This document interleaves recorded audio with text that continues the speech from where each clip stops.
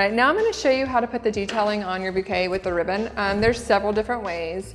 One way that we like to do is I start in the middle of the bouquet and I wrap down and then I wrap back up and I secure it with a pin. You can also do a simple, wrap around with a knot depending on what you would like to do.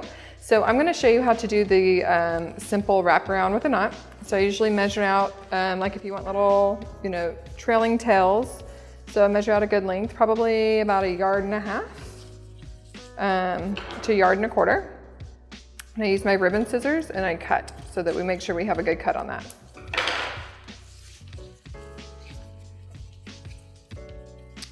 And then on this, I just take it and I wrap it around a couple times because again, we want to make sure that we're hiding the mechanics. That is one thing that I don't like to see whenever we have bouquets going out. If I see mechanics, we need to make sure that they're covered. So that, and then it's just a simple knot. And you could even do multicolor ribbons on here. You could keep it simple and just do the one color.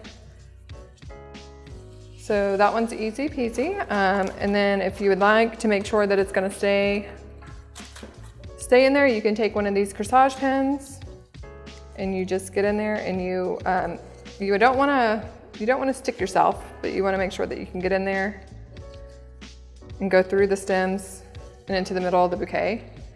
You can even hide it in the back so that you're not seeing it behind the knot. And then I always clean up the ribbon. And then at this point, if you wanted to measure, you can measure even more, but just making sure that your ribbon has a nice clean edge. There we go. And then I look at my stems. So one thing as well that I want to make sure is that my stems are nice and clean. So I take my clippers and I just cut them across to make sure that we're getting them all even. And also I like to make sure that they're not too long because bouquets are meant to be held at the belly button.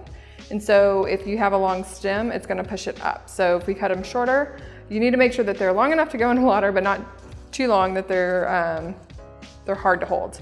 So just kind of holding it down low, clean stems, and you put it in water. And then that's an easy way to transport it as well. So that is our bridal bouquet.